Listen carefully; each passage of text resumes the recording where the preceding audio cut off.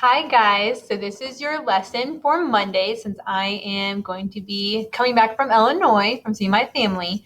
So I'm going to go ahead and record this lesson. Mrs. Wilkes is wonderful. She's taught pre-cal longer than I have, so she's going to also teach it to you too. This is just an extra resource, especially if you were gone on Monday. So let's go ahead and get started. So today's notes are on your own sheet of paper, and today we are going to be looking at zeros with multiplicity. Write this down. So zeros with multiplicity. Y-intercepts. And in behavior.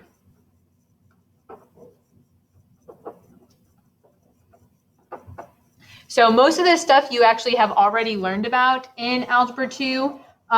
In behavior is definitely going to be slightly different because we need to have you guys write it in limit notation, which we'll review. So this is September 16th, 19. So we're going to take some written notes first, just so you can write down how I'm finding all this information, and then I'll actually practice a couple examples with it.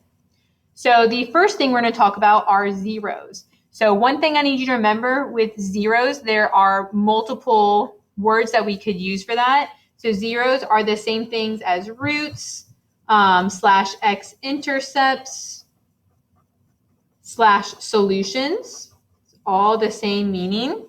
And that's what goes into your factor. That kind of relates back to synthetic division, what's in the parentheses. So the way it's found, so they're found using the zero product property.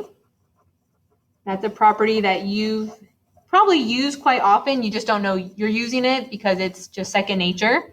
So found using the zero product property once the polynomial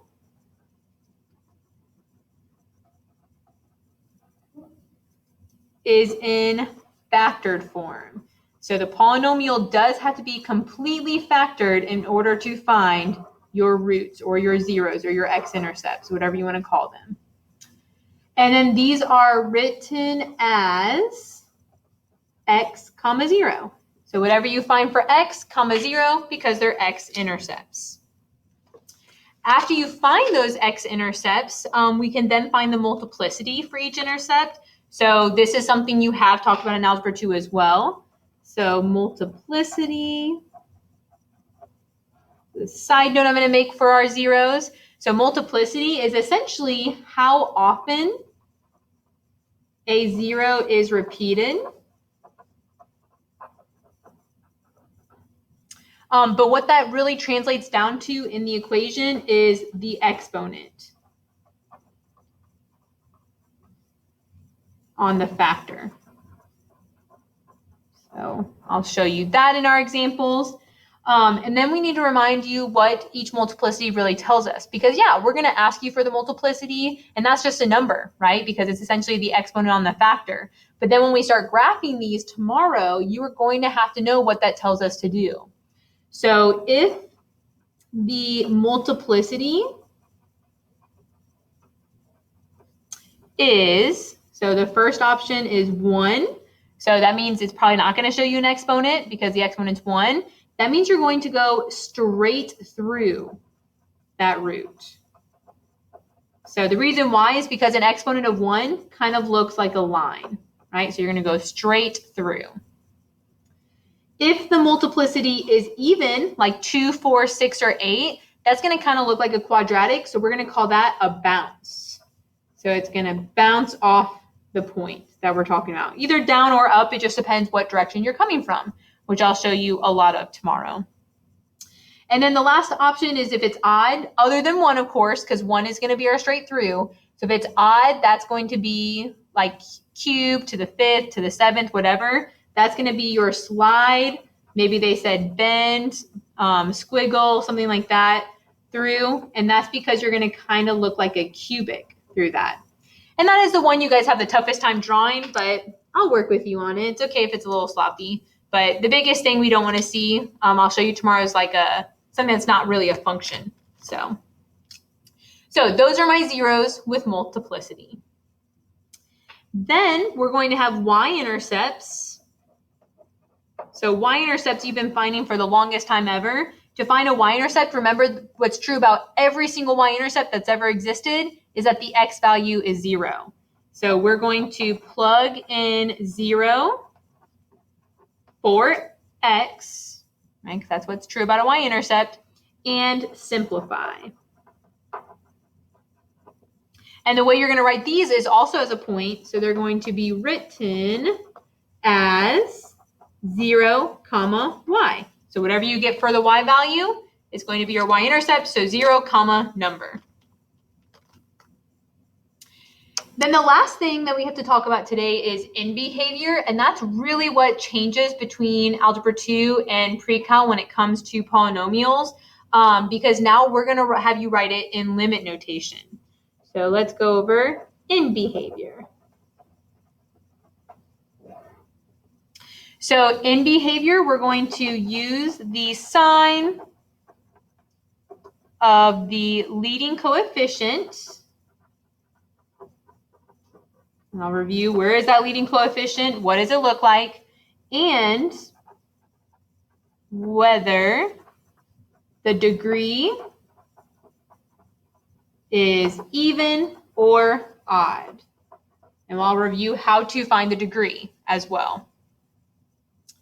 So to take a couple notes on that, the first thing we're going to take a note on is the leading coefficient.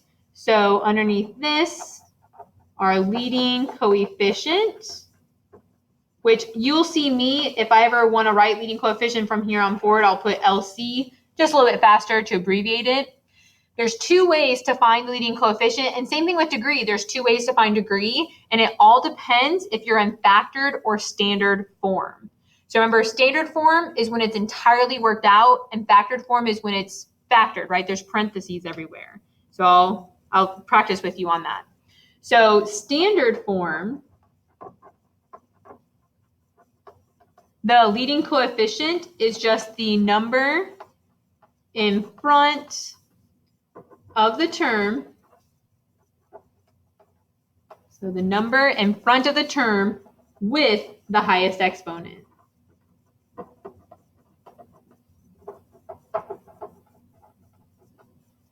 So that's how you're going to find the leading coefficient in standard form, and I'll show you plenty of examples with this. And then if it's in factored form, so if it's in factored form, I'm going to multiply all leading coefficients